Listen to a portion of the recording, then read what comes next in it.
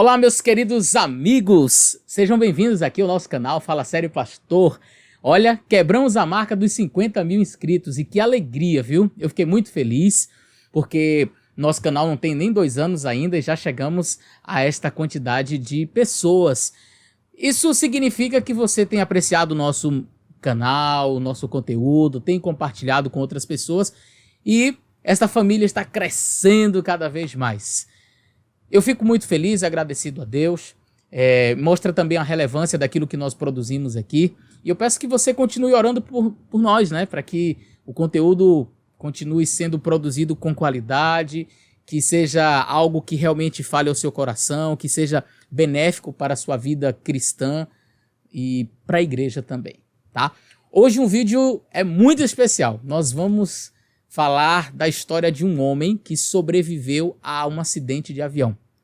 O avião caiu e ele saiu ileso deste acidente. A história dele foi contada em diversos jornais, talvez você que esteja me assistindo vá lembrar dessa história. E eu fiquei muito feliz em entrevistá-lo, porque ele contou assim o testemunho dele desde antes dele conhecer a Jesus até este momento do acidente. E eu queria que você prestasse muita atenção, porque foi um testemunho muito legal, foi uma conversa bem interessante e eu sei que vai impactar você também. Então, fica com a gente até o final, já se inscreve no canal se não é inscrito, deixa aí o seu like e compartilha esse vídeo com todos os seus amigos.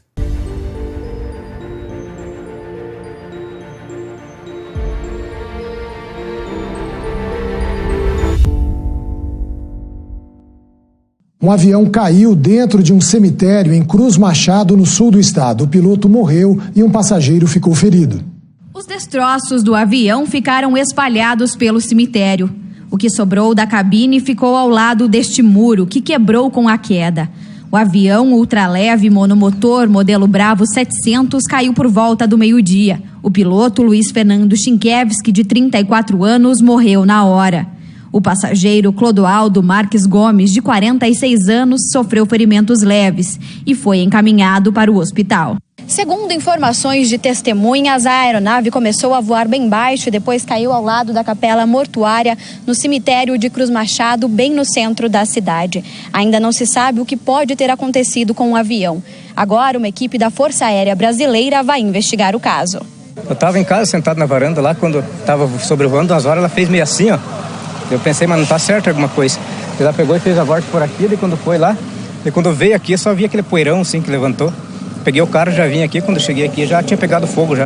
Bruno é funcionário do cemitério e estava no local bem na hora do acidente.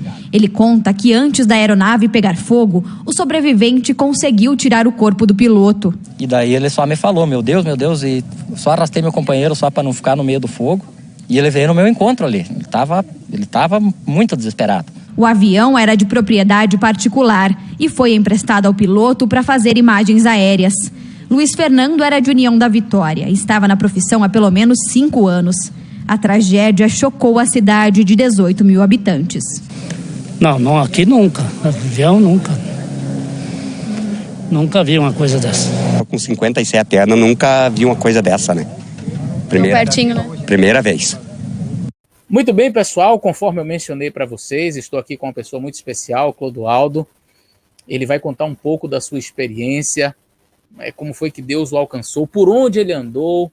Ele tem experiências assim marcantes, viveu afastado de Deus, depois Deus o encontrou e finalizando este momento assim especial, ele vai contar a experiência talvez mais marcante em sua vida, que foi realmente um acidente de avião, onde ele sobreviveu sem absolutamente nenhum osso quebrado, não sofreu absolutamente nada. E a gente vai conversar um pouquinho sobre isso. Clodoaldo, fala para a gente aí, se apresente, onde você mora, e aí já começa a falar também a sua experiência, de onde você veio, como foi essa história longe de Deus, como foi que Deus o alcançou. Fala para a gente aí um pouquinho da tua história, amigo. Olá, pastor, tudo bem? Meu nome é Clodoaldo, né, como o pastor me apresentou aí. Eu sou psicólogo, sou do União da Vitória, Paraná. Eu frequento a Igreja Central de União da Vitória. E a minha história, pastor, ela é antes de eu entrar na minha história e contar a história para o pastor, porque eu acho minha história muito simples, assim como Deus atuou na minha vida, como Deus me chamou para esse evangelho, como ele se mostrou para mim, né? A maneira que foi, tudo assim, de forma muito simples, eu buscando o meu entendimento, assim, Deus foi se apresentando para mim. E a minha história vai contar muito isso, como que Deus é de fácil acesso. Né, pastor? Eu sempre fui um jovem, assim, que eu tinha uma ideologia de vida, assim, muito... Hoje eu olho para essa ideologia de vida, assim, muito estranha, né? Porque, assim, eu tinha uma ideia, assim, pastor, que aos meus 40 anos a minha vida não ia prestar mais. Então eu pensava assim, cá estou eu com 50, né? Mas eu pensava, eu tenho que aproveitar a minha vida até os 40 anos. Até os 40 anos eu tenho que fazer tudo que eu posso fazer da minha vida. Sabe? E isso estava incluído, e vai um alerta para os jovens agora, né, pastor? Isso estava incluído em bailes, festas, noitadas, mulheres. A minha vida inteira eu dedicava a isso, sabe? Eu comecei muito cedo, né? E sempre buscando isso, buscando bailes, festas, e nessa caminhada, pastor, eu sempre fui um rapaz assim que cuidei da saúde, eu era atleta, eu procurava beber só no final de semana, mas com o passar do tempo, assim, isso foi se degradando dentro de mim. Isso aqui foi ficando meio de lado. E eu tinha meus princípios, e quando eu conheci as drogas, porque eu cheguei até a conhecer as drogas, eu já estava até casado, né? Mas quando eu fui a esse ponto, minha vida não tinha mais princípios nenhum, né? Então eu estava vivendo casado, né? Quando eu conheci minha esposa, ela era cristã, e eu tirei ela do meio cristão. Ela era católica, ela era da Renovação Carismática, e eu tirei ela desse meio. Eu trouxe ela para o mundo. Mas só que como eu tinha essa ideologia de gênero que eu não podia perder minha vida, eu tinha que aproveitar minha vida até ao máximo, eu nunca fui fiel no meu casamento, sabe? A gente se conheceu com 20 anos, ela tinha 15 anos, eu tinha 20. Então, eu vivia a minha vida intensamente, né? Eu vivia a minha vida intensamente e a gente foi morar junto, ela tinha 20 anos quando a gente foi morar junto, eu tinha 25 anos. Mas eu não queria perder minha vida. Então, pastor, eu vivia assim na noite, eu tinha muitas amantes, eu sempre estava buscando mulher, eu sempre estava atrás disso, sempre eu queria viver minha vida intensamente, até que eu cheguei nas drogas. Mas quando eu cheguei nas drogas, uma coisa que é importante falar, assim, eu tive um período curto esse período na minha vida, mas quando eu cheguei nesse período, uma coisa que me fez sair disso, e eu comecei a meditar muito nisso, foi minha família. Sabe, pastor, eu comecei a pensar assim, mas eu não fui criado assim.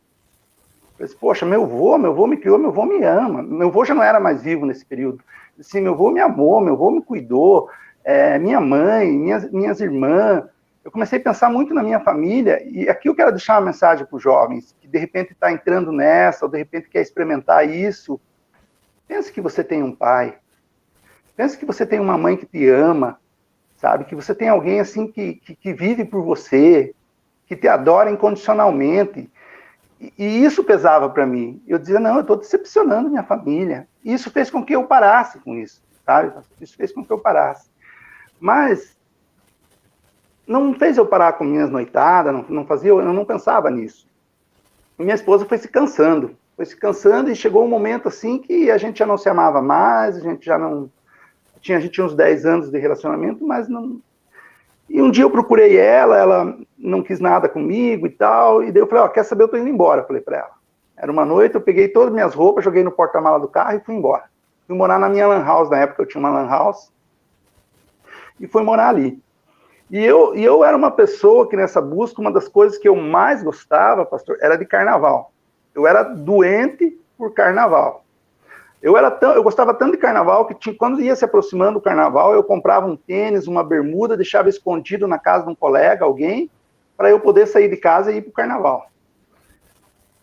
E daí eu me separei da minha esposa, fui embora, fui dormir nessa lan house, e quando eu estava nessa lan house ali, teve um carnaval.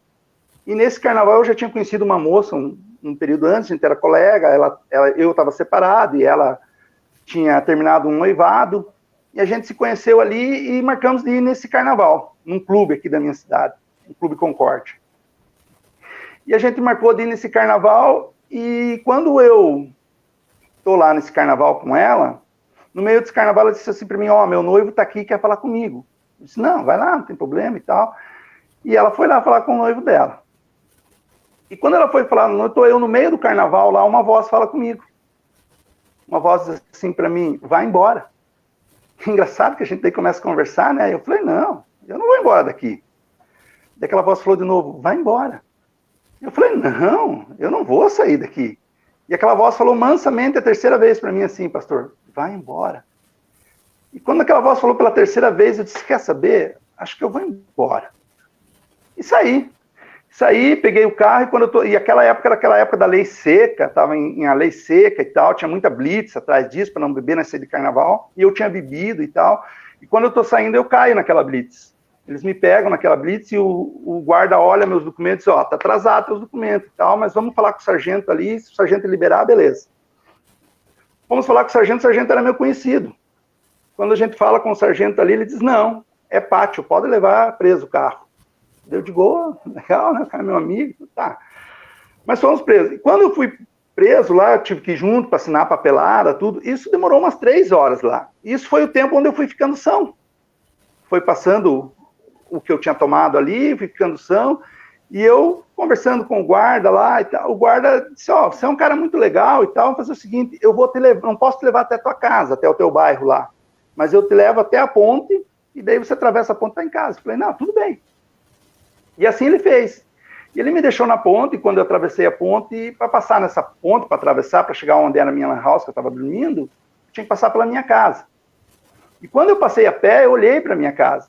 E lembrei assim, eu falei, poxa, tudo aquilo ali foi meu, né? Lembrei até do meu cachorro, tudo, mas daí eu não dei bola para aquilo, sabe? Não, disse, isso aí já era, não dei bola. Aquilo nem me tocou. E cheguei na lan house. E quando eu cheguei na lan house, eu pensei, eu não sei o que me deu, eu falei, eu vou ligar um dos computadores, eu vou dar uma acessada. Liguei um computador e comecei ali a...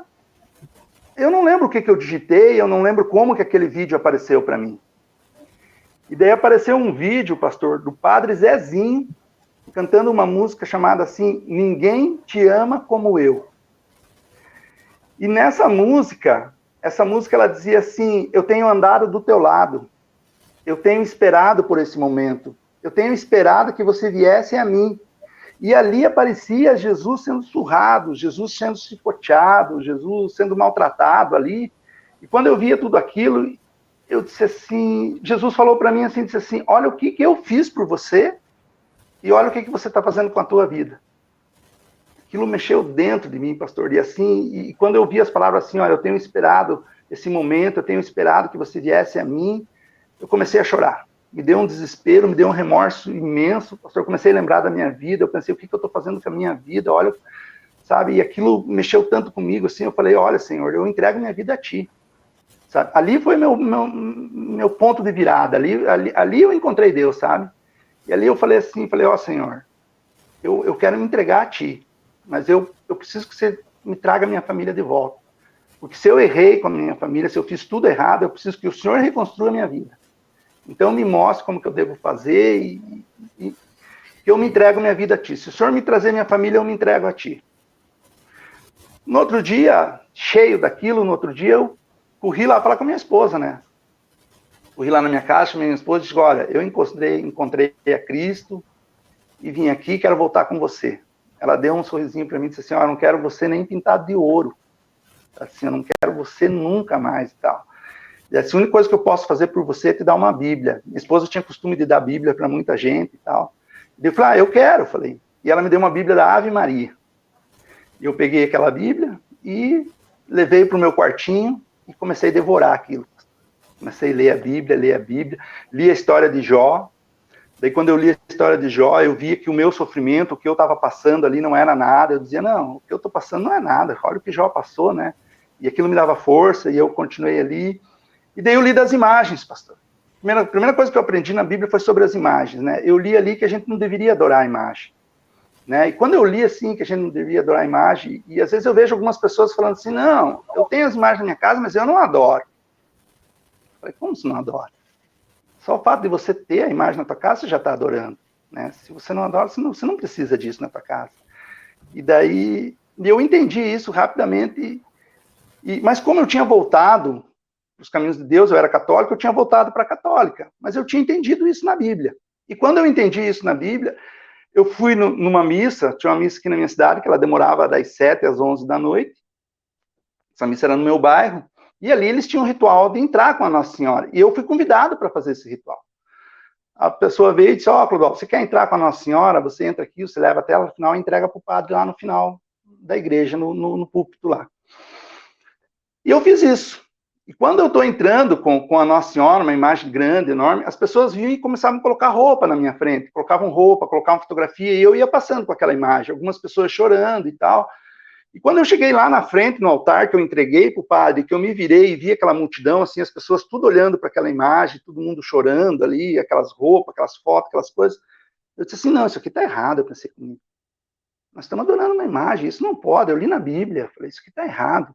E aquilo me chamou a atenção, assim, mas continuei. E daí eu li na palavra de Deus, eu li assim, que a bebida não podia dominar o homem. Né? Eu li ali que a bebida não podia dominar o homem. Eu falei, então eu posso beber, só que eu não posso deixar a bebida me dominar. Eu entendi assim. E saí uma noite. Quando eu saí essa noite, eu fui lá, tomei uma, tomei duas. Quando eu cheguei para tomar a terceira, eu digo, não, a bebida não pode me controlar. Não vou beber mais. E não bebi, e falei, vou embora. Isso aqui não tá legal, vou embora. Quando eu tô saindo, eu encontro umas amigas. E elas estavam com um livro de voz, tudo, vem cá, vem aqui, tá, vamos sair. E eu entrei com elas e saí. Para resumir, virei à noite. Cheguei em casa no dia 7 horas, no meu quartinho, bêbado. E daí, quando cheguei, eu me deparei com a minha Bíblia aberta. Quando eu olhei para aquela Bíblia, me deu um remorso tão grande. E eu olhei e pensei assim, falei, é assim que você quer servir a Deus? Eu tinha feito uma noitada, né? Eu pensei assim, é assim que você quer servir a Deus? Aquilo me tomou um remorso grande, tudo. Falei assim, nunca mais eu bebo. Mas tá, e continuei estudando a Bíblia, indo para o meu quartinho, estudava a Bíblia e tal. E continuei ali. E daí, daqui a pouco, pensei em desistir. Falei, poxa, esse troço, minha mulher está irrelutiva e tal, não volta. Veio um ex-rapaz que trabalhava comigo, ele era piloto de avião, e ele era um ex-evangélico. E ele foi me visitar na Lan House. E eu contei um pouco do que estava acontecendo comigo ali e tal, da minha vontade de desistir. Ele disse, não, Clodovil, você não sabe o que está acontecendo com você? Eu falei, não, o que está acontecendo? Ele disse, está passando uma aprovação, cara. Isso é uma aprovação, você tem que passar por isso. Daí eu falei, é assim então? Eu falei, então tá, então eu vou caminhar aí. Mas a coisa estava muito difícil, pastor, sabe? As coisas não caminhavam, e minha esposa irrelutiva, não conseguia acertar nada, muita gente vinha de fora, atrás de mim, para fazer as coisas que eu já fazia antes. Então eu estava de novo a ponto de desistir. Foi quando eu tinha uma família que frequentava a minha Lan House, e essa família tinha um homem chamado Ricardo. E o Ricardo, ele era um cristão, e o Ricardo foi lá e falou assim para mim, eu contei minha história para o Ricardo disse assim, Clodovil, não desista da tua família. Deus vai te devolver a tua família. Ele falou, só que você tem que lutar por ela. E eu falei, tá bom. E continuei, fui lendo a Bíblia e tal, e tal. Só que assim, era muita coisa, pastor, era muita coisa. Era mulheres que vinham na minha Lan House, eram meus amigos que vinham me procurar, e minha mulher irrelutiva, tudo. E daí chegou uma sexta-feira de um final de semana, eu assim, durante a tarde eu já tinha pensado, falei, quer saber? Hoje eu vou desistir de tudo.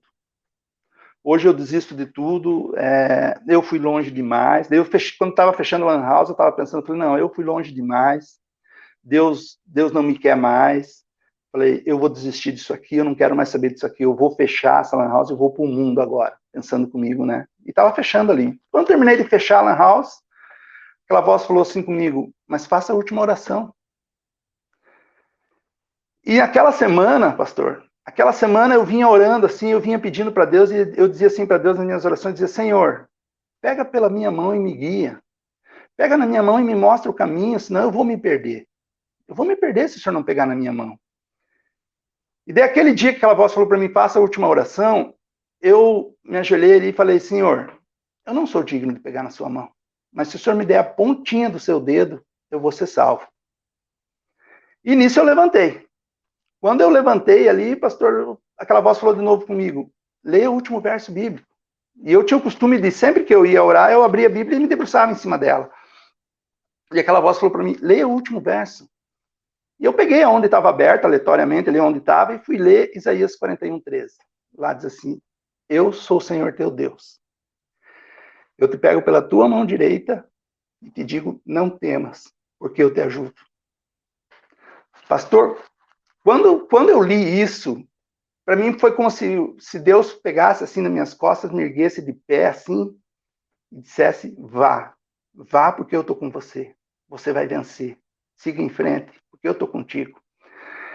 E quando... Ali eu vi que... Ali eu renovei tudo, ali eu vi que não. Agora eu... E tudo isso eu ia passando para minha esposa. Tudo isso eu ia passando para ela e daí nesse meio período a gente foi meio que voltando. A gente voltou e eu falei para ela, olha, eu estou lendo a Bíblia aqui e tal, e aqui eu trabalho de domingo a domingo, essa lan house aberta, e eu li na Bíblia que o sábado é o dia do Senhor. Falei, aqui na Bíblia, eu vou sábado. Falei, então assim, ó, nós vamos guardar o sábado. O sábado vai ser para nós. E ela disse, não, tá certo. E daí eu falei para ela assim... Você não conhecia aí Igreja Adventista do Sétimo Dia, nessa época aí? Nunca tinha ouvido falar, pastor. Nunca tinha ouvido falar da Igreja Adventista. Nunca conhecia nem o emblema da Igreja Adventista.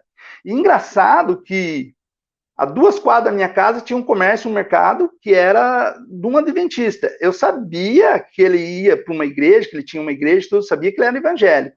Mas nunca vi o emblema da igreja. Nunca vi falar de Igreja Adventista do Sétimo Dia. E daí eu comecei a guardar o sábado, porque eu entendi na palavra. Ali, quando você procura na Bíblia, você vai se deparar com o sábado. E eu falei, olha, aqui só fala sábado, nós vamos guardar o sábado. E eu guardava o sábado da meia-noite, sexta-feira eu trabalhava com a Lan House até 11 horas, e daí ia lá, e já quando dava 11 horas, eu começava a dizer, ó, pessoal, tem que fechar e tal. E fechava a Lan House. E daí só voltava a abrir, sábado de meia-noite não abria, daí voltava a abrir no domingo. Mas era de meia-noite a meia-noite que eu guardava o sábado. E comecei a guardar o sábado com ela, tudo. E falei para minha esposa, falei, olha, eu estou lendo a Bíblia, eu entendi aqui que a gente tem que se batizar. Falei, quem quer ser salvo tem que se batizar e a gente precisa se batizar. Falei, não sei você. E ela disse, não, então... Falei, ó, nós precisamos de uma igreja. Falei para ela. E para minha surpresa, ela disse assim, olha, só não pode ser católica. Daí eu estranhei aquilo, porque ela tinha sido da Renovação, tudo, né? Com todo respeito aos meus irmãos católicos, eu sei que tem muita gente sincera lá dentro, né, pastor? Em todas as igrejas. Mas foi uma surpresa ela falar aquilo para mim. Eu falei, não, nós vamos achar uma igreja que esteja de acordo com o que eu estou lendo. Eu falei, eu quero uma igreja que bata com aquilo que eu estou lendo aqui, falei para ela. Falei, nós vamos procurar essa igreja. E nesse meio período, ela ia e contava para uma colega de trabalho dela. Ela dizia, e essa colega de trabalho dela me conhecia. Então, assim, quando ela contava as coisas, ela dizia, nossa, mas não pode. Então ele está lendo a Bíblia. Daí ela dizia, ele está lendo a Bíblia.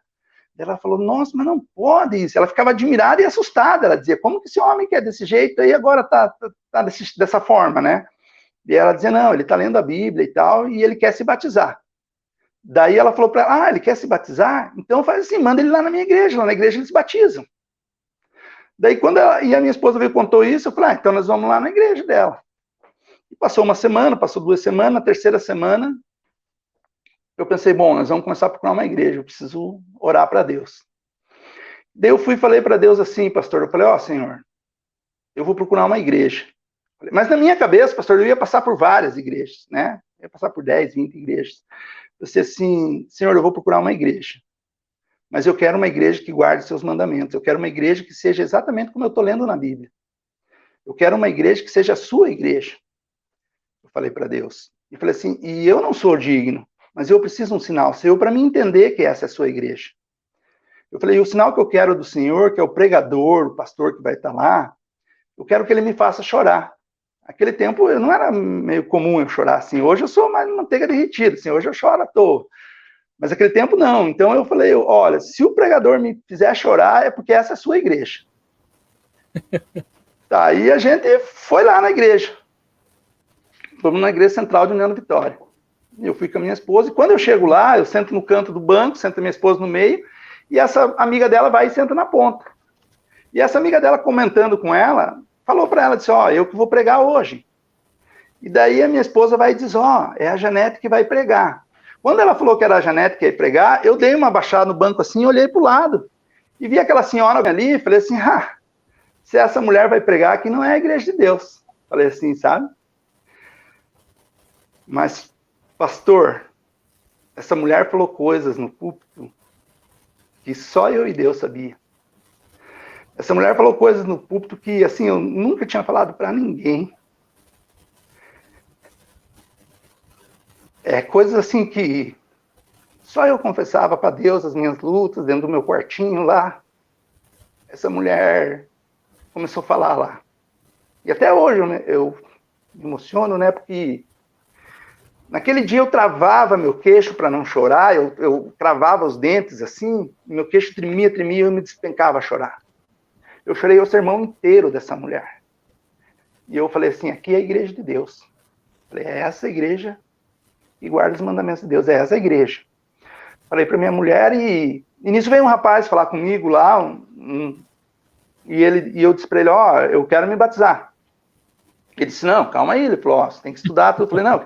Ele falou, não, então vem à tarde aqui, nós conversamos. Eu falei, então tá bom, à tarde eu venho. Quando eu cheguei à tarde lá, eu cheguei para ele e disse, eu quero me batizar. Ele disse, não, você tem que estudar. Ele falou, você tem que estudar a Bíblia e tal. Eu falei, não, já estou estudando, já guardo o sábado, tudo. Falei para ele. Ele disse, não, você tem que estudar e tal. Eu falei, tá, e se eu morrer nesse tempo? Ele disse assim, não, se você morrer, a tua decisão já está tomada, ele falou. Eu falei, bom, não, então se é assim, então tudo bem. Eu falei, então eu aceito estudar primeiro antes de me batizar. E daí a gente estudou era para mim estudar 6 meses, a gente estudou 3 meses e eu fui batizado, minha esposa se batizou junto comigo, né, e foi uma bênção, e isso na igreja de paixão. Isso na igreja adventista, a primeira igreja que Deus me levou, e foi ali já, e ali eu comecei minha caminhada dentro da igreja e já fui diácono e muito rápido, assim, o pastor me chamou para o pensionato e me colocou ali e eu fui para o pensionato da igreja e comecei minha caminhada dentro da igreja e fui obreiro bíblico daí. De obreiro bíblico eu fui obreiro para a associação e daí da associação eu voltei para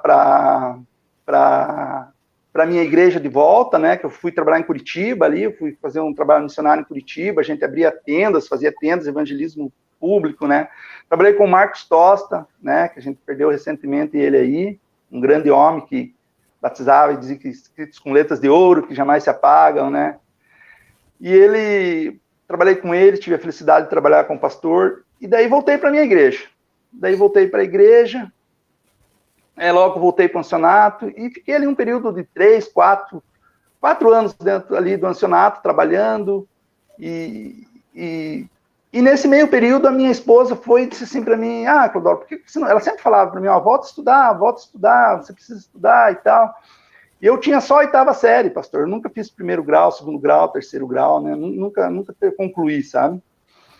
E daí eu falei com Deus de novo, falei, Senhor, e eu tinha um sonho de fazer teologia. Eu queria fazer teologia, quando eu descobri a igreja, né? Quando descobri a igreja, nenhum curso me chamou a atenção. Eu nunca fui estudar, pastor. Meu avô tinha condições, meu avô mandava eu escolher o que eu quisesse, mas eu queria festa.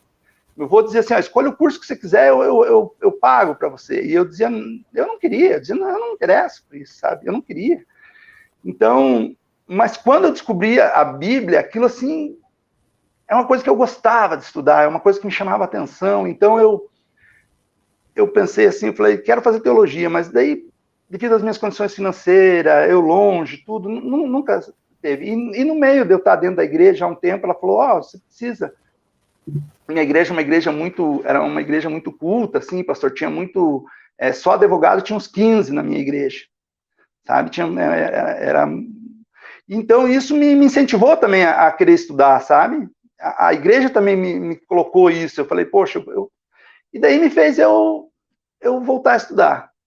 Mas como que eu ia voltar a fazer o 1º, 2º, 3º grau, né? Tinha o Enem na época. E o Enem era dado para você conseguir a conclusão dos 3 períodos, né? Se você alcançasse as notas no Enem.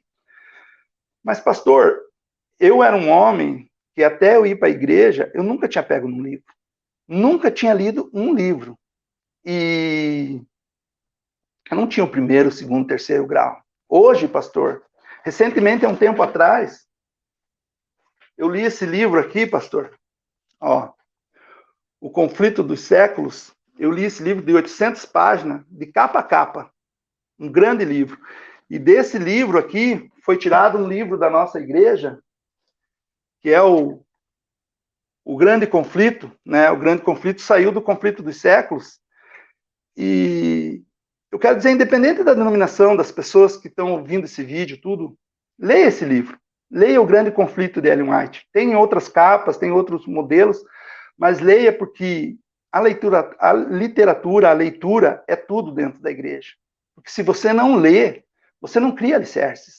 Se você não buscar entendimento, se você não buscar umas fontes limpas que te mostrem o verdadeiro evangelho, é muito difícil você criar. E no tempo que nós estamos para viver, e já estamos vivendo, né, pastor? Se você não buscar uma literatura, se você não ler, vai se tornar muito difícil você criar alicerces dentro da igreja. Então, eu indico esse livro para as pessoas que quiserem ler. Leia O Grande Conflito de Ellen White. Então, e eu, como não tinha isso, pensei, é impossível passar no Enem. E para honra e glória de Deus, pastor, eu fiz o primeiro Enem, só não passei em uma matéria. Só não alcancei a nota para uma matéria. E daí eu fiz o segundo, e no segundo eu reprovei em algumas, mas naquela matéria que eu precisava, eu passei, e reunindo tudo, eu fiquei apto para entrar para a faculdade.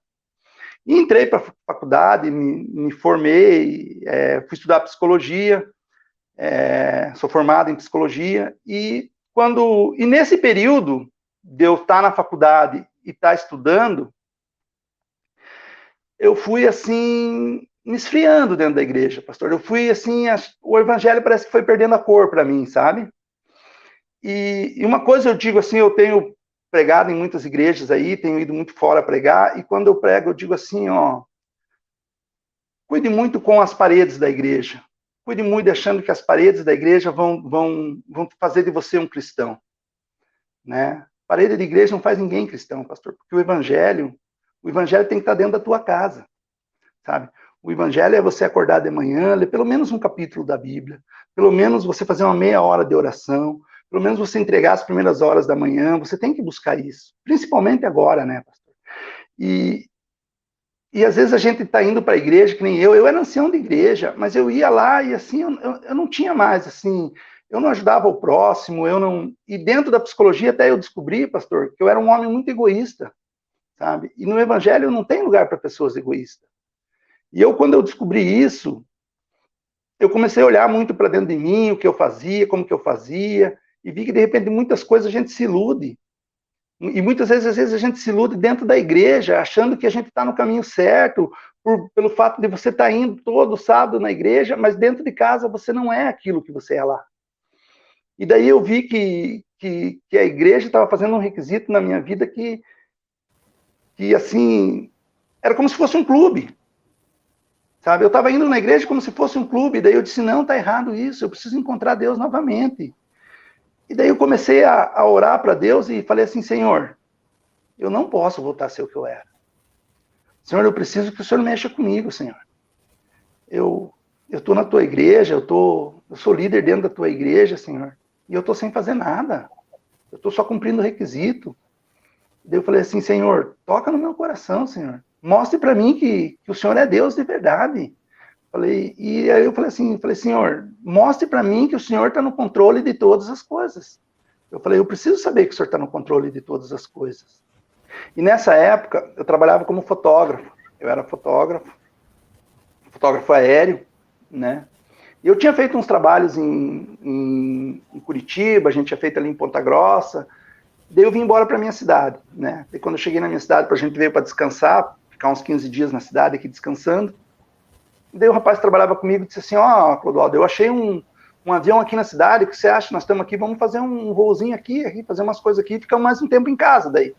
Eu falei, beleza, bem legal, falei para ele. Ele falou, vamos fazer Cruz Machado ali, Cruz Machado é uma cidadezinha aqui perto, 50 quilômetros, né? Até mandar um abraço para os irmãos ali de Cruz Machado, eu sempre estou lá pregando, todo sábado estou lá pregando, uma vez por mês eu vou lá em Cruz Machado pregar. Daí, e convido os irmãos de Cruz Machado para ir lá visitar a nossa igreja em Cruz Machado. Então a gente foi fazer esse voo ali. E aquela semana eu eu estava em casa e tal. E assim, hoje eu percebo que assim, até minhas orações eu não andava fazendo em casa, sabe? Daí no dia de eu ir no aeroporto, eu levantei, meu neto estava em casa, eu falei com o meu neto ali, e daí pensei em levar ele junto até pro voo. Daí falei, não vou levar, tá meio frio e tal, falei, não vou levar. E saí para ir, o aeroporto é perto aqui, eu fui a pé no aeroporto, peguei meu material e fui a pé. E eu não conhecia, já tinha visto falar do piloto, o piloto que estava no avião, ele era professor, ele era instrutor de voo, era um piloto muito bom, ele dava aula de avião e tal. E quando eu cheguei lá, eu não conhecia a aeronave. Falei, vou ver que aeronave que é essa, porque de repente, né? Mas quando eu cheguei lá, para minha surpresa, a aeronave era nova, mas nova, pastor. Assim, os bancos de couro e tudo. Eu nunca tinha voado ainda numa aeronave assim tão bem cuidada, tão nova, sabe?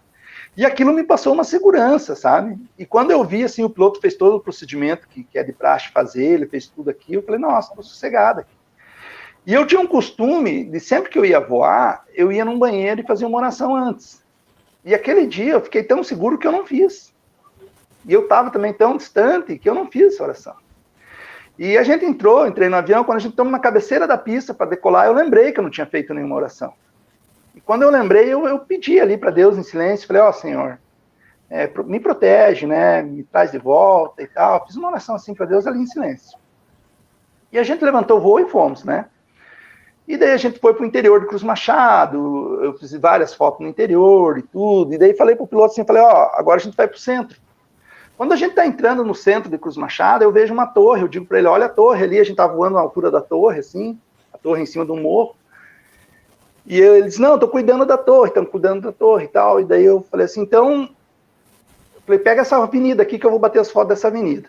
E ele foi indo na avenida e eu fui batendo as fotos. Quando eu chego no final, eu vejo o cemitério. Quando eu olho o cemitério, eu digo assim para ele, pode voltar.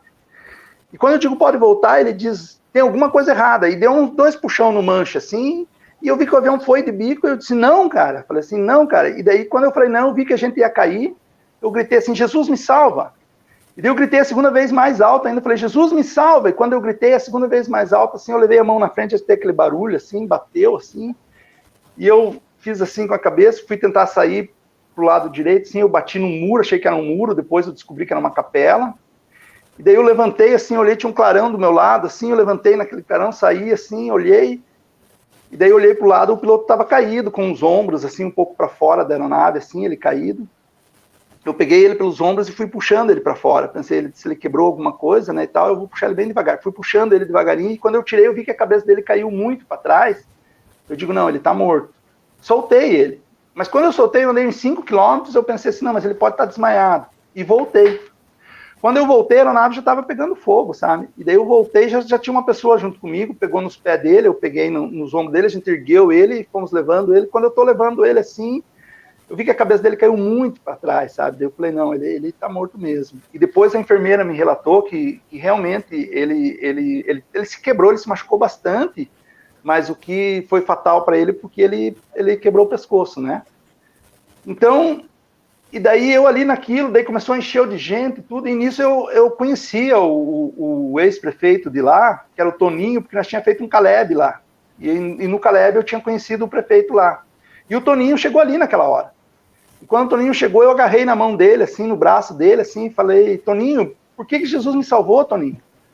E eu disse, Toninho, eu pedi para Deus e Jesus me salvou, Toninho, por que Jesus me salvou? E ele dizia, calma, Clodoaldo, ele dizia, calma, eu dizia, não, Toninho, por que Jesus me salvou? Eu falava para ele assim, por que ele me salvou?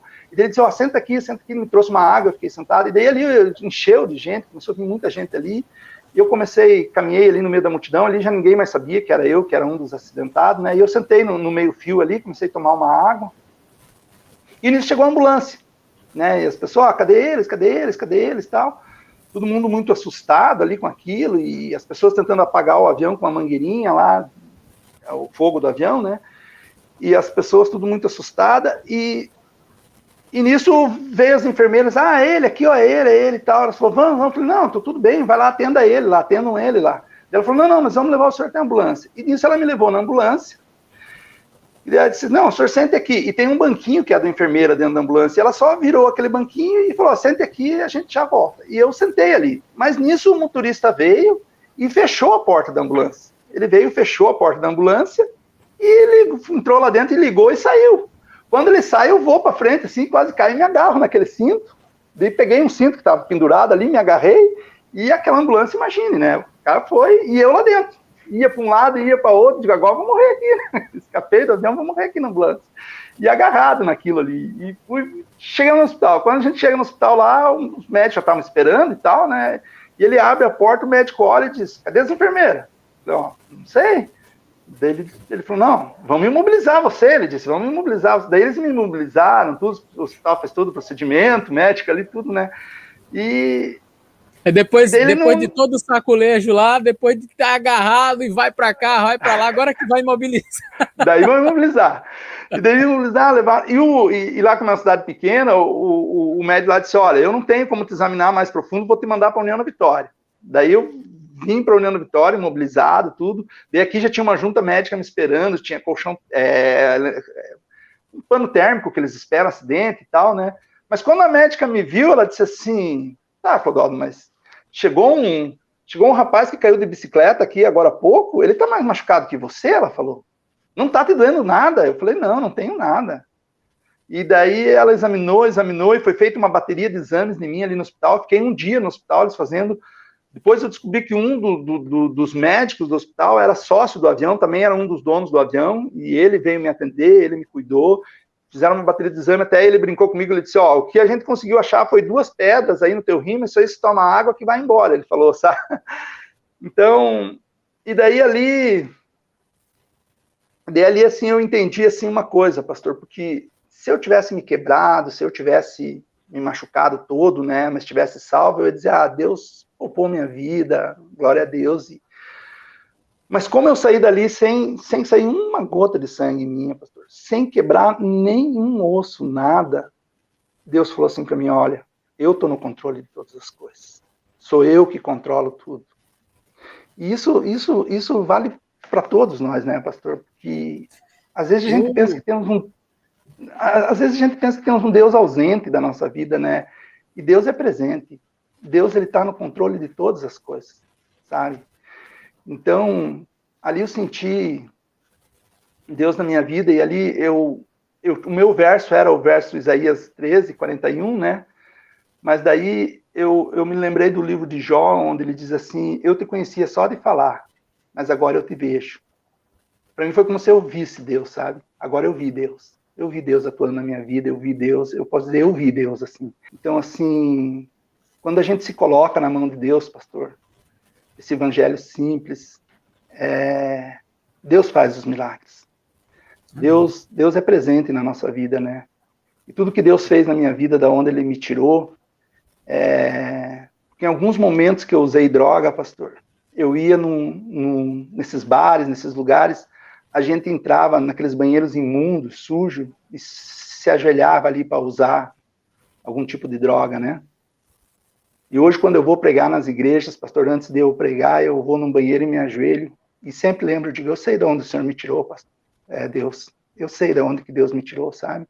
Eu sei o que Deus fez na minha vida, e eu peço, assim, que Deus sempre me use, e peço que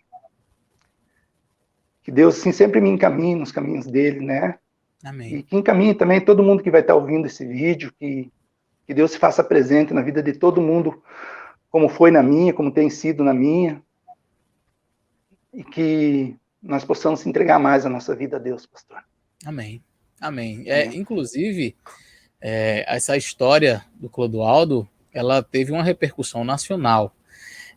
Eu não sei quantos de vocês vão lembrar, mas essa história passou nos jornais, passou no Cidade Alerta, passou em alguns programas de televisão, conforme vocês estão vendo na imagem, nessas imagens que eu estou apresentando aí. Vocês podem ver aí as cenas, você pode verificar, inclusive, como ficou o avião, né? Olhando para essas imagens aí, ninguém diria que era possível sair daí um sobrevivente. E se saísse alguém, né, sobrevivendo, seria realmente bastante machucado, bastante complicado, aí, com o osso quebrado, com cortes. Sair uma pessoa sem uma gota de sangue de um acidente como esse é praticamente impossível, a não ser pelo poder de Deus, pela mão de Deus. Então, como vocês estão vendo aí nessas imagens dos jornais da época, aqueles que noticiaram, E essas fotos aí demonstram realmente um milagre grandioso do nosso Deus na vida do nosso irmão Clodoaldo. Irmão Clodoaldo, que fantástica experiência, excelência. Que história impressionante. Eu tenho certeza que outras pessoas também têm histórias bonitas, outros que acompanham aqui o nosso canal têm histórias bonitas, mas a gente vê assim a mão de Deus guiando, né? Você, desde o momento que estava ali, né, longe de Deus, sem conhecer a verdade, andou por este mundo, provou do que o pecado pode oferecer, andou nos caminhos tortuosos dessa vida, mas o Espírito Santo sempre trabalhando na sua mente, sempre falando com você. Eu achei interessante as suas percepções assim bíblicas, né? Lendo a palavra de Deus, você descobriu sozinho, sem pastor nenhum, sem estudo bíblico algum, sem nenhum adventista te influenciar, você descobriu verdades bíblicas da palavra de Deus, inclusive a questão da observância do sábado, sem absolutamente ninguém falar nada. E como Deus foi guiando você, restaurando a sua vida física, restaurando o seu casamento, a sua parte emocional, firmando você espiritualmente, na verdade, e mesmo depois de convertido, de estar batizado com a sua família, passando por um momento de esfriamento espiritual que acontece também na nossa vida, né? Nós passamos por isso. Sim. A gente vê ali ainda assim a mão de Deus te guiando, te protegendo e te livrando, né, desse acidente terrível, um avião caindo sem maiores explicações, uma aeronave, como você disse, assim, segura, nova, um piloto experiente.